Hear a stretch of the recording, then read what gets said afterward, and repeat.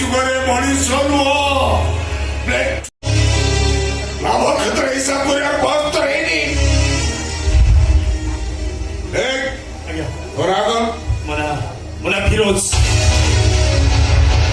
ଫିରୋଜ ମାନେ ମୁସଲମାନ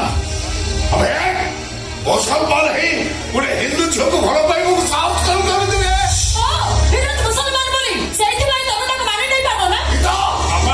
ଯୁଗ ଯାଇ କୋଉଠି ହେଲାଣି ତମେ ଜାତି ଅଜାତି ହିନ୍ଦୁ ମୁସଲମାନ ପରମ୍ପରାକୁ ଚାପଡ଼ି ଧରିଛ।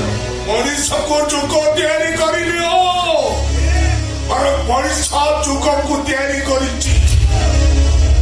ମଣିଷର ଗୁଣ ଅନୁସାରେ ସତ୍ୟ ତ୍ରେତା ଦ୍ୱାପର କଳି ଚାରି ଯୁଗ ହେଇଛି। ସତ୍ୟ ଠାରୁ ଦ୍ୱାପର ପର୍ଯ୍ୟନ୍ତ ବ୍ରାହ୍ମଣ କ୍ଷତ୍ରିୟ ବତ୍ସ ଶୂଦ୍ର ଚାରି ବର୍ଣ୍ଣର ପ୍ରଥା ଥିଲା। ହେଲେ କଳି ଯୁଗରେ ସେ ସବୁ କିଛି ନାହିଁ।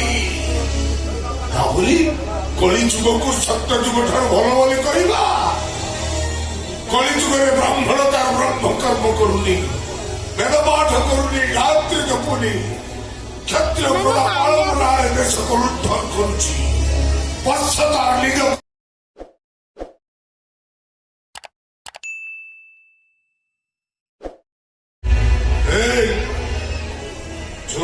ମୁଁ ବୁଝିବି ଏ ବସିତ ମାନେ କେତେ ଥର କହିଛୁ ତୋ ଝିଅକୁ ଡାକ୍ତର ଇଞ୍ଜିନିୟର କରିବୁ, ତୋ ପୁଅକୁ ବଡ ଓକିଲ କରିବା ତୋର ଭାରି ଇଚ୍ଛା।